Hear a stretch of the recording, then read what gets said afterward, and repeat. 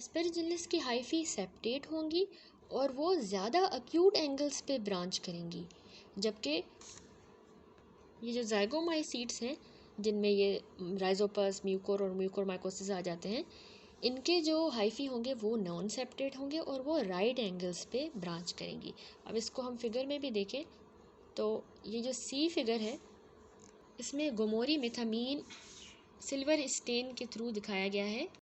Septate hyphae हमें नज़र आ रही हैं, ठीक है, और इनमें अक्यूट एंगल मिल रहा है। हमें अक्यूट एंगल वाली देखें ब्रांचिंग हो रही है और ये एस्पेरिजिलस में इस तरह की पिक्चर मिलती है, ठीक है, ये एस्पेरिजिलस का है। फिर कह रहा है कि दोनों ज़ाइगोमाइसीट्स और दोनों एस्पेरिजिलस जो है ना, ये नॉन डिस्टिंक्टिव सुपरेटिव यानी पस वाली समटाइम ग्रेन्युलोमेटस रिएक्शन करवा देते हैं with predilection for invading the blood vessel walls.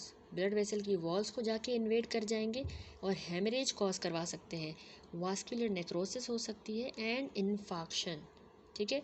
तो इसको जो है 13.42 इस बी फिगर में देखें आप, इसमें ये इन्वेजिव एस्पेरिजिलोसिस दिखाया गया है। ये असल में ग्रॉस अपीयरेंस है लंग की, और ये हेमेटोपोइटिक स्टेम सेल ट्रांसप्लांट वाला एक पेशेंट है, उसमें ये हो गया है इन्फेक्शन, ठीक है। तो ये लंग हमें इस तरह का नज़र आएगा, ठीक है। ये ब्लड वेसल को इन्वेड कर सकते हैं, हेमरेज करवा सकते हैं, इन्फाक्शन करवा सकते हैं और वास्कुलर नेक्रोसिस, ठीक है। अब हम इसकी क्लिनिकल फीचर्स भी देख लेते हैं।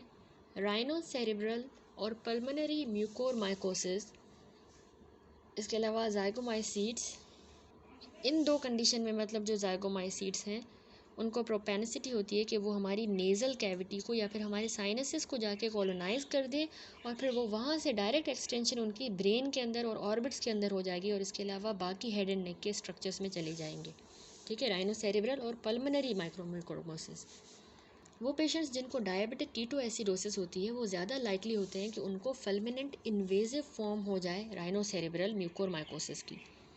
पल्मोनरी डिजीज़ जो है वो लोकलाइज हो सकती है, जैसे कि कैविटरी बस लेजन्स होंगी, या फिर ये रेडियोलॉजिकली डिफ्यूज़ मिलियरी इन्वॉल्वमेंट भी दिखा सकती है, ठीक है। पल्मोनरी के दोनों रूट्स हो सकते हैं, कोर्सेज हो सकते हैं।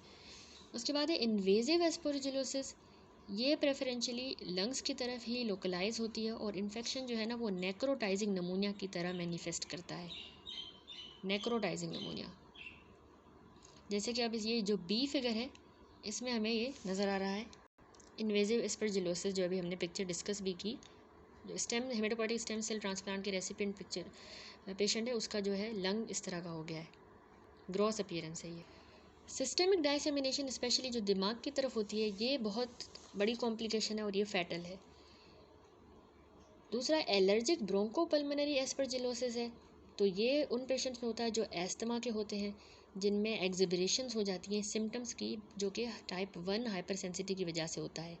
टाइप 1 हाइपर सेंसिटिविटी फंगस के अगेंस्ट हुई है और वो फंगस हमारे ब्रोंकाई में जब ग्रो कर रहा होता है तब, ठीक है। तो इस तरह के पेशेंट में सर्कुलेटिंग IgE एंटीबॉडीज़ होती हैं अगेंस्ट द एस्पेरिजिलस एंड पेरिफेरल उनमें हमें यूजिनोफिलिया मिलेगा। उसके बाद है एस्परजिलोमा यानी फंगस बॉल, ये फॉर्मेशन होती है by fungal colonisation pre existing pulmonary cavities की। एग्जांपल जैसे कि अगर किसी को पहले से ही पल्मोनरी कैविटीज़ बनी हुई हैं, जैसे फॉर एग्जांपल डायलेटेड ब्रोंकाई या लंग सिस्ट है, या फिर किसी को पोस्ट ट्यूबरक्लोसिस कैविटरी लेजन हुई हुई है, तो उसी में आके फंगल कॉलोनाइजेशन होगी और फंगस बाल बन जाएंगी, ठीक है। तो अब ये जो मास बनेगा ना, ये एक बाल की तरह एक्ट करता है और कैविटी को वाल्स की तरह और कैविटी को ऑक्लूड कर रहा होगा, इसीलिए ये जो है ना पेशेंट को प्री डिस्पोज कर देगा टू इन्फेक्शन एंड हेमोप्टाइसिस हो सकती है, ठीक है। इसीलिए इस तरह के पेशेंट में एस्परजिलोमा जो है वो इन्फेक्शन और हेमोप्टाइसिस करा सकता है। लास्ट टॉपिक रह गया हमारा pulmonary disease in human immunodeficiency virus infection. Pulmonary disease जो है वो कंटिन्यू रहती है to be the leading contributor to morbidity and mortality in the HIV infected individuals, ठीक है। उनमें जो मौत है वो इसी पल्मोनरी डिजीज़ की वजह से ही बहुत ज़्यादा होती है। although use potent anti retroviral agents का और इफेक्टिव कीमो प्रोफाइलेक्सिस ने कम कर दिया है इंसिडेंस और इसने मतलब आउटकम्स को भी इम्प्रूव किया है, plethora of entities involved makes diagnosis and treatment a distinct challenge. यानी केसेस बहुत ज़्यादा हो गए हैं तो उसने जो है ना डायग्नोसिस को, ट्रीटमेंट को एक चैलेंज कर दिया है. तो सबसे पहला है कि despite the emphasis on opportunistic infection, it should be recognised कि जो bacterial lower respiratory tract infection है जो कॉज होते हैं हमारे किसी यूजुअल पैथोजन से, वो एक्सीडिंगली HIV के इन्फेक्शन में कॉमन है. ठीक है. इम्प्लीकेटेड ऑर्गेनिज्म कौन से? Streptococcus नमूनिया, staphylococcus Orius, Haemophilus influenza और ग्राम नेगेटिव रॉड्स. अब जो बैक्टीरियल नमूनियाज हैं वो HIV इन्फेक्टेड इंडिविजुअल्स में ज़्यादा कॉमन होती हैं, ज़्यादा सीवियर होती हैं और ये मोर ऑफन एसोसिएटेड होती है बैक्टीरीमिया के साथ देन दोज जिनमें HIV नहीं है. दूसरी बात ये कि ना कि सिर्फ सारी pulmonary infiltrates HIV infected individuals में इन्फेक्शस होंगे, सारी पल्मोनरी इन्फिल्ट्रेट्स यानी इन्फेक्शस नहीं होती HIV वाले लोगों में. A host of non infectious diseases जिसमें कपोसी सार्कोमा आ जाता है, pulmonary non Hodgkin lymphoma and primary lung cancer, ये इंक्रीज फ्रीक्वेंसी के साथ होते हैं और इनको भी हमें एक्सक्लूड करना चाहिए. इसके अलावा CD4 T सेल काउंट जो है ना ये बहुत ही यूज़फुल होता है in narrowing the differential diagnosis. As a rule of thumb bacterial और जो ट्यूबरक्युलर इन्फेक्शंस होते हैं ना वो माइल्डली सप्रेस जब होगा CD4 का काउंट, माइल्डली सप्रेस यानी तकरीबन 200 सेल्स से कम होंगे सेल्स, तो उनमें हमें मिलेंगे बैक्टीरियल और ट्यूबरक्युलर इन्फेक्शन. न्यूमोसिस्टिस नमूनिया जो है वो होता है जब CD4 सेल्स का काउंट जो है वो उसमें 200 से ज़्यादा थे, इसमें 200 से जब कम हो जाएंगे तो हमें न्यूमोसिस्टिस का मिलेगा नमूनिया. जबकि साइटोमेगलोवायरस और माइकोबैक्टीरियम एवियम कॉम्प्लेक्स का इन्फेक्शन अनकॉमन है जब तक कि बहुत ही लेट स्टेज ना आ जाए कि जब CD4 का काउंट 50 से भी कम हो जाए. ठीक है. तो इस हिसाब से CD4 का काउंट बहुत हेल्पफुल होता है डिफरेंशियल डायग्नोसिस में. फाइनली एक इम्पॉर्टेंट पॉइंट ये है कि पल्मोनरी डिजीज़ HIV इन्फेक्टेड लोगों में रिजल्ट कर सकती है मोर देन वन कॉज की वजह से. ठीक है. एक कॉज नहीं होगा, more than one. And that even common pathogens जो है ना वो भी रिस्पॉन्सिबल होते हैं for the disease with atypical manifestations. That's it. यहाँ पे पूरा टॉपिक कंप्लीट हुआ. ये दोनों टॉपिक्स जो हैं वो इरफान मसूद और पैथोमा में नहीं है मेंशन. आगे से लंग ट्यूमर्स स्टार्ट होंगे. अब लंग ट्यूमर्स को हम डिटेल में हमारा नेक्स्ट टॉपिक करते हैं. ये एग्ज़ाम पॉइंट ऑफ व्यू से भी बहुत ही इंपॉर्टेंट टॉपिक है. ठीक है. यहाँ पे कह रहा है कि रफली 95% प्राइमरी लंग ट्यूमर्स जो है वो कार्सिनोमाज होते हैं, 95%. और जो बाकी के 5% है वो मिस्केलेनियस ग्रुप हो जिनमें कार्सिनोइड्स आ जाते हैं, मीजेनकाइमल मैलिग्नेंसीज जैसे कि फाइब्रोसार्कोमा, लियोमायोमा, ये मीजेनकाइमल आ जाती हैं. इसके अलावा लिम्फोमा और कुछ बिनाइन लीजन्स आ जाती हैं. ठीक है. लेकिन 95% वो कार्सिनोमा होते हैं. जो मोस्ट कॉमन बिनाइन ट्यूमर है वो स्फेरिकल स्मॉल 1 से 4 सेंटीमीटर का जो है डिस्क्रीट हमार्टोमा होता है. ठीक है. हमार्टोमा जो कि ऑफन शो अप होता है, इसको हम कहते हैं कॉइन लीजन. जब हम चेस्ट इमेजिंग करते हैं तो हमें कॉइन लीजन मिलती है. ये वाला सबसे कॉमन बिनाइन ट्यूमर की बात हो रही है, हमार्टोमा की. तो ये असल में कंसिस्ट करता है मेनली, इसमें मच्योर कार्टिलेज होता है जो कि फैट के साथ एडमिक्स्ड होता है, फाइबरस टिश्यू मिलेगा और ब्लड वेसल्स मिलती हैं वेरियस प्रोपोर्शंस में. क्लोनल साइटोजेनेटिक एब्नॉर्मलिटीज़ भी डिमॉन्स्ट्रेट हुई हैं जो इंडिकेट करती हैं कि ये एक्चुअली एक बिनाइन नियोप्लाज्म है. ठीक है. क्लोनल हमें साइटोजेनेटिक एब्नॉर्मलिटीज़ मिली है, इसीलिए हम कहते हैं कि ये एक बिनाइन नियोप्लाज्म है. और इसीलिए ये जो हेमाटोमा हमने इसको नाम दिया है ना, जो इम्प्लाई करता है कि इसमें कोई डेवलपमेंटल एनामली है, ये असल में एक मिसनोमर है. ठीक है. मिसनोमर क्यों है? क्योंकि ये हमार्टोमा नहीं है. हमार्टोमा का मतलब होता है कि कोई डेवलपमेंटल एनामली हुई है. इसमें डेवलपमेंटल एनामली नहीं हुई, हमें क्लोनल साइटोजेनेटिक एब्नॉर्मलिटीज़ भी मिली है, तो इसलिए ये असल में एक बिनाइन नियोप्लाज्म है. अब चलते हैं कार्सिनोमास के ऊपर डिटेल में. कार्सिनोमा ऑफ द लंग जो है वो बहुत ही इंपॉर्टेंट कॉज है कैंसर रिलेटेड डेथ का, जो कि इंडस्ट्रियलाइज्ड कंट्रीज़ में आजकल हो रहा है. तो it has a long held this position among the males in the US, accounting for about 1/3 of the cancer death in the men, and has become the leading cause of cancer death in the women as well. American Cancer Society estimate किया है for 2016, तो उसमें approximately 2,21,200 नए cases lung cancer के और 1,58,040 deaths जो हैं वो मतलब डेथ्स हुई हैं, ठीक है। केसेस इतने में डेथ इतनी हुई है। अब इंसिडेंस इनका मेल्स में ग्रेजुअली कम होता जा रहा है, लेकिन ये अब कंटिन्यू कर रहा है फीमेल्स में, मतलब बढ़ता जा रहा है, विथ मोर वुमेन जो है हर साल डाई कर रही हैं, मर रही हैं लंग कैंसर की वजह से ज़्यादा as compare to the breast cancer 1987 से, ठीक है। अब ये सोबरिंग स्टैटिस्टिक जो है ना वो रिफ्लेक्ट करता है कि फैक्ट कि जो इंसिडेंस स्मोकिंग का है वुमेन में वो बढ़ चुका है। अफसोस की खबर यही है पास्ट हाफ सेंचुरी में।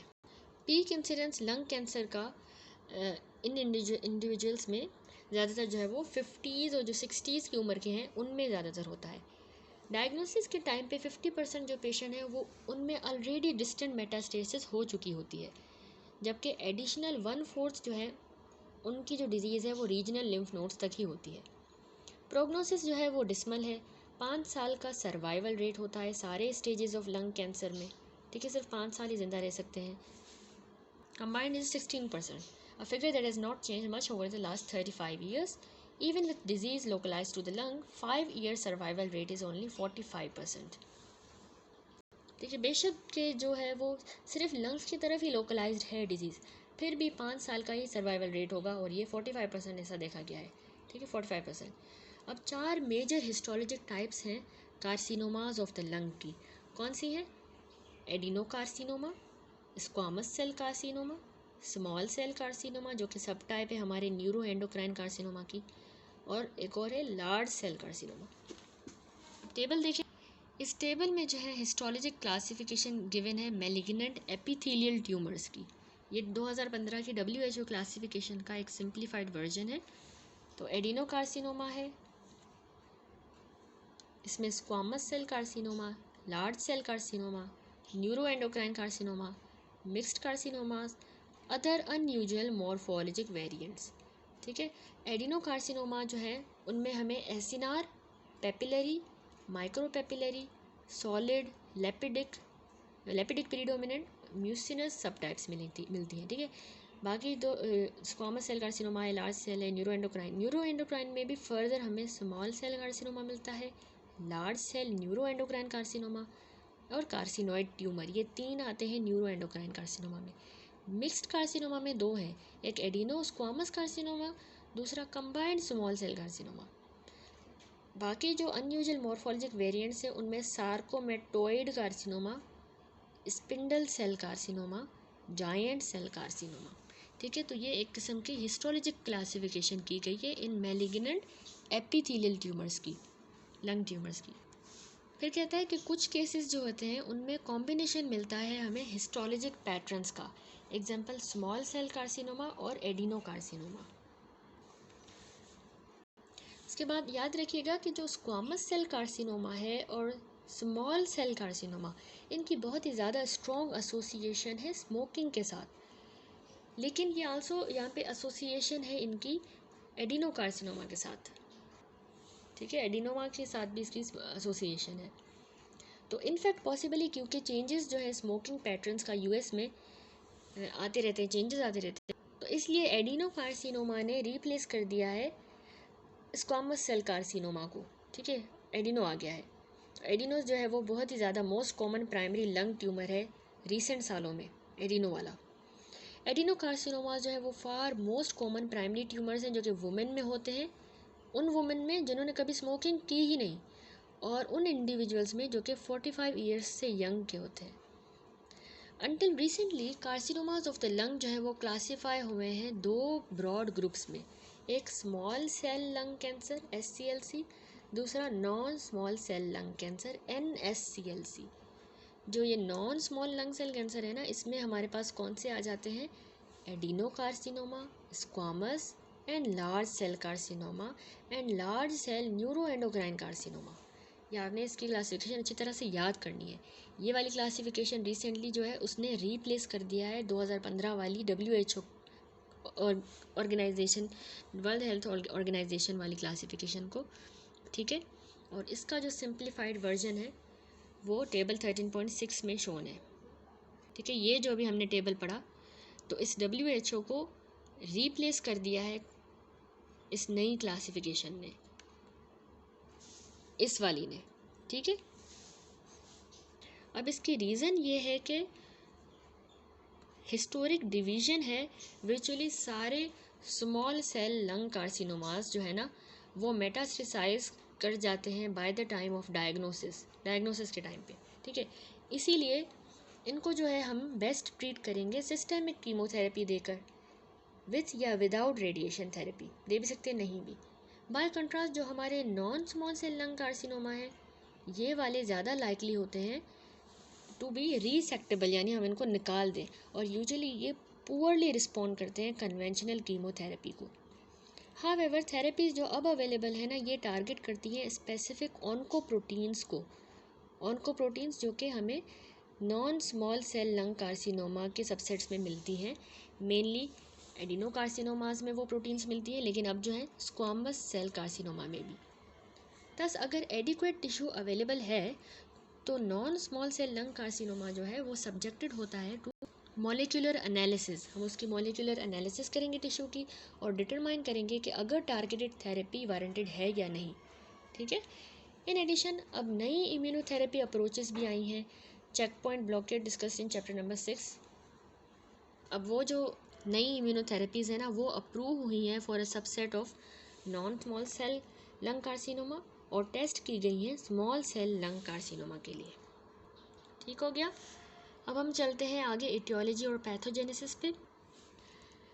बाकी कैंसर्स की तरह स्मोकिंग रिलेटेड कार्सिनोमा लंग का जो है ना वो स्टेप वाइज एक्यूमुलेशन की वजह से अराइज करता है। जब स्टेप वाइज एक्यूमुलेशन हो जाती है ड्राइवर म्यूटेशंस की, जिसके नतीजे में ट्रांसफॉर्मेशन हो जाएगी बिनाइन प्रोजेनिटर सेल्स की लंग के अंदर इनटू नियोप्लास्टिक सेल्स जो पोजेस करते हैं सारे हॉलमार्क्स कैंसर के, ठीक है। ड्राइवर म्यूटेशन यानी एक्यूमुलेट की, और जो हमारे बिनाइन प्रोजेनिटर सेल्स हैं ना वो ट्रांसफॉर्म कर जाएंगे नियोप्लास्टिक सेल्स में, और उन नियोप्लास्टिक सेल्स में सारे हॉलमार्क्स होंगे कैंसर के। अब सीक्वेंस जो है ना मॉलिक्यूलर चेंजेस का वो रैंडम नहीं है, लेकिन वो टेंड करता है to follow a sequence that parallels the histologic progression toward cancer. Thus inactivation putative tumour suppressor genes की, जो कि short arm of chromosome number 3 पे लोकेटेड होता है, तो उन जीन्स की इनएक्टिवेशन हो जाती है। ये बहुत कॉमन है, अर्ली इवेंट है। जबकि mutation TP53 tumour suppressor gene की और KRAS ओन्को जीन की ये रिलेटिवली लेट होती है। अर्ली में हमें बस short arm of the chromosome number 3 पे जो है वो प्यूटेटिव ट्यूमर सप्रेसर जीन की म्यूटेशन इनएक्टिवेशन मिलेगी, याद रखिएगा इनएक्टिवेशन। अर्ली इवेंट यही होगा, लेट में बाकी ये दोनों मिल सकते हैं। सर्टेन जेनेटिक चेंजेस जैसे कि क्रोमोसोमल मटेरियल का लॉस हो जाना short arm of chromosome number 3 पे, ये हमें बिनाइन ब्रोंकायल एपिथेलियम में भी मिल सकता है स्मोकर्स में जिनमें लंग कैंसर नहीं है, कि बेशक लंग कैंसर नहीं भी है फिर भी हमें ये लॉस ऑफ क्रोमोसोम मिल सकता है benign bronchial epithelium of smokers में। ये सजेस्ट करता है कि large area of respiratory mucosa जो है ना उसमें अब म्यूटेजेनाइज हो चुका है by the exposure of carcinogen. इसको हम कहते हैं फील्ड इफेक्ट, ठीक है। बार बार वो स्मोकिंग कर रहा है और उसमें म्यूटेशंस आ रही हैं, रेस्पायरेटरी म्यूकोजा म्यूटेजेनाइज्ड हो चुका है कार्सिनोजेंस के एक्सपोजर की वजह से। अब इस फर्टाइल सॉइल पे वो सेल्स जो एक्यूमुलेट करवाते हैं एडिशनल म्यूटेशंस, उस तरह के सेल्स जो है ना अल्टीमेटली डेवलप कर जाएंगे इनटू कैंसर, ठीक है। अ सबसेट्स ऑफ एडिनोकार्सिनोमास अबाउट 10% वाइट्स में और 30% एशियंस में पार्टिकुलरली अराइज करते हैं नॉन स्मोकिंग वुमेंस में, जो कि म्यूटेशंस को हार्बर करती हैं, जो एक्टिवेट कर जाता है, वो म्यूटेशन एक्टिवेट करेगा हमारे एपिडर्मल ग्रोथ फैक्टर रिसेप्टर को, EGFR। ये रिसेप्टर जो है ये टायरोसिन काइनेज है, ठीक है। ये स्टिमुलेट करवाता है downstream pro growth pathways को, जिनमें RAS PI3K and other signalling molecules आ जाते हैं, ठीक है।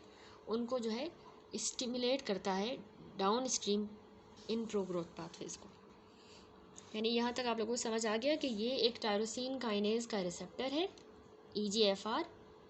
ये उन डाउन स्टिमुलेट करवाएगा उन down stream pro growth pathways को जिनमें रास और PI3K और अदर सिग्नलिंग मॉलिक्यूल्स इन्वॉल्व होते हैं।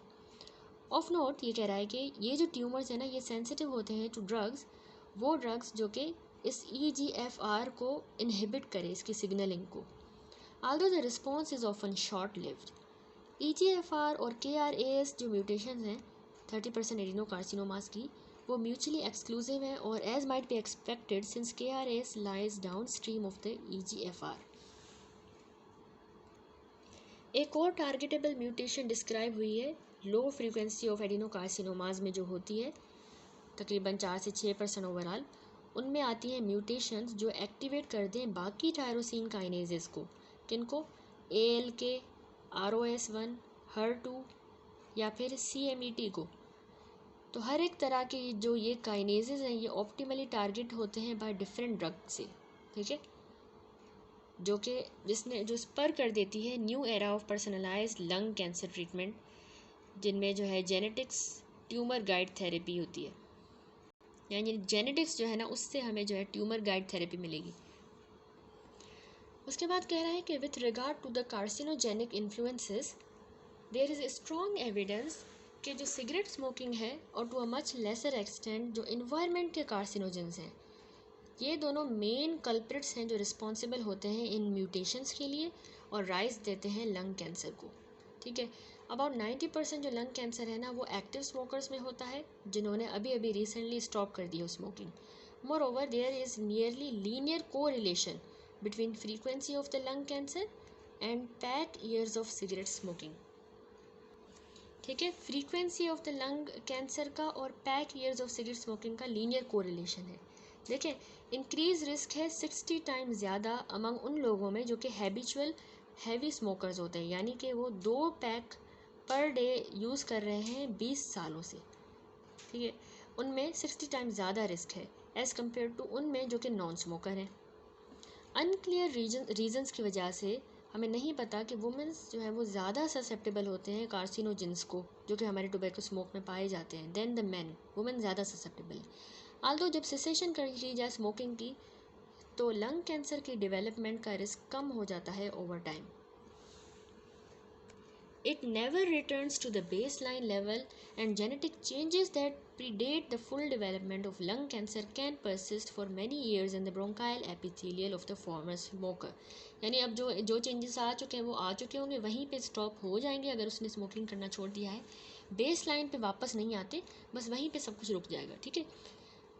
उसके बाद बात कर रहा है पैसिव स्मोकिंग की। Proximity to cigarette smokers also increases the risk of developing lung cancer, यानी कोई और स्मोकिंग कर रहा है लेकिन उसका धुआं जो है आप इनहेल कर रहे हैं तो उसमें भी जो है वो लंग कैंसर का रिस्क बढ़ जाता है। As does the smoking of the pipes and cigars albeit only modestly. उसके बाद है कि बाकी जो कार्सिनोजेनिक इन्फ्लुएंसेस एसोसिएटेड हैं ऑक्यूपेशनल एक्सपोजर के साथ, वो भी एक्ट करते हैं इन कंसर्ट विद स्मोकिंग और समटाइम्स जो है ना रिस्पॉन्सिबल होते हैं फॉर द लंग कैंसर और इनमें ऑल बाय देमसेल्व्स, ठीक है। एग्जांपल्स इनमें आती हैं वो लोग जो work in the uranium mines यहाँ पे काम करते हैं, ठीक है, यूरेनियम माइंस में वर्क विथ एस्बेस्टोस, इनहेलेशन हो जाए जब डस्ट की जिसमें आर्सेनिक हो, क्रोमियम हो, निकल, विनाइल क्लोराइड, ठीक है। कार्डिनल एग्जांपल्स जो हैं सिनर्जिस्टिक इंटरेक्शन की between the two carcinogens is found in the asbestos and tobacco smoking. ये हमने शुरू में लंग के चैप्टर में पढ़ा कि जिनको एस्बेस्टोस और टोबैको दोनों हो, टोबैको स्मोकर भी है और एस्बेस्टोस के साथ एक्सपोजर, तो उनमें बहुत ही ज़्यादा चांसेस होता है लंग कैंसर का, ठीक है। Exposure to the asbestos in the non smoker increases the risk for developing the lung cancer 5-fold, लेकिन अगर वही एस्बेस्टोस से एक्सपोजर भी हो रहा है और वो हैवी स्मोकर भी है तो फिर उसका रिस्क जो है वो 55-fold तक बढ़ जाता है। इवन तो स्मोकिंग और बाकी जो इन्वायरमेंटल इन्फ्लुएंस हैं वो पैरामाउंट होते हैं in the causation of the lung cancer, not all individuals expose to the tobacco smoke develop the cancer. सब में नहीं होता, अबाउट 11% हैवी स्मोकर्स डू, ठीक है। तकरीबन 11% हैवी स्मोकर्स में भी जो है लंग कैंसर हमें नहीं मिलता। तो ये जो है ना वेरी लाइकली है कि म्यूटाजेनिक इफ़ेक्ट कार्सिनोजेंस का मॉडिफाई होता है हेरिडिटरी, यानी कुछ जेनेटिक फैक्टर्स का भी रोल है। तो रिकॉल करें कि बहुत से केमिकल्स रिक्वायर करते हैं metabolic activation via P40 monooxygenase enzyme system for the conversion into the ultimate carcinogens, ठीक है। कार्सिनोजेंस को भी ये सिस्टम चाहिए होता है ताकि फिर वो अल्टीमेट कार्सिनोजेंस में कन्वर्ट हो। तो इंडिविजुअल्स जिनमें पोलीमॉर्फिज्म होता है थोड़ा बहुत, जिनका जो P450 जीन्स होते हैं, उनकी ज़्यादा कैपेसिटी होती है कि वो प्रो कार्सिनोजेंस को एक्टिवेट कर दे, प्रो कार्सिनोजेंस जो सिगरेट स्मोक में हैं उनको एक्टिवेट कर दे, और वो ज़्यादा एक्सपोज होते हैं लार्जर डोज ऑफ कार्सिनोजेंस पे एंड इनकर a great risk of developing the lung cancer. ठीक है, ज़्यादा एक्टिवेशन हो जाएगी प्रो कार्सिनोजेंस की, और तो उनमें ज़्यादा चांस है कि लंग कैंसर हो। सिमिलरली वो इंडिविजुअल्स जिनके पेरिफेरल ब्लड की जो लिम्फोसाइट्स हैं उनमें क्रोमोसोमल ब्रेकेजेस हों after the exposure to tobacco related carcinogens, mutagen sensitive genotype यानी है उनका, तो उनमें जो है ना ज़्यादा 10 फोल्ड ग्रेटर इंक्रीज रिस्क है कि उनको लंग कैंसर हो ओवर कंट्रोल सब्जेक्ट्स। उसके बाद है by analogy to the adenoma carcinoma sequence in the colon, it is proposed that some invasive adenocarcinomas of the lung arise through an atypical adenomatous hyperplasia. Atypical adenomatous hyperplasia adenocarcinoma in situ invasive adenocarcinoma sequence. अच्छा, ये जब हम GID वाला chapter पढ़ेंगे तो उसमें हम देखेंगे कि जैसे कॉलन में था ना एडिनोकार्सिनोमा सीक्वेंस, तो उसी तरह से जो लंग का इन्वेजिव एडिनोकार्सिनोमा होता है वो भी इसी से अराइज करता है। किससे अराइज करता है? एटिपिकल एडिनोमेटस हाइपरप्लेजिया होता है, adenocarcinoma in situ, invasive adenocarcinoma sequence, यही वाला सीक्वेंस है और ये होता है। ठीक है, लंग इंजरी मॉडल की जो है उसकी स्टडीज़ की गई माइस में, तो उसमें आइडेंटिफाई हुआ है population of multipotent cells at the bronchioalveolar junction पे जो मौजूद होते हैं उनको हम कह देते हैं ब्रोंकियो एल्वियोलर स्टेम सेल, BASCS। अब लंग इंजरी के बाद जो ये मल्टीपोटेंट BACS सेल्स हैं ना, ये प्रोलिफरेट करते हैं और ये रिप्लेनिश कर देते हैं हमारे नॉर्मल सेल टाइप्स को। ठीक है, bronchiolar Clara cells and alveolar cells को ये रिप्लेनिश कर देते हैं जो कि इस लोकेशन पे पाए जाते हैं, और देयर बाय ये फैसिलिटेट करेंगे हमारी एपिथेलियल रीजनरेशन करवाएंगे जब यानी लंग इंजरी होती है।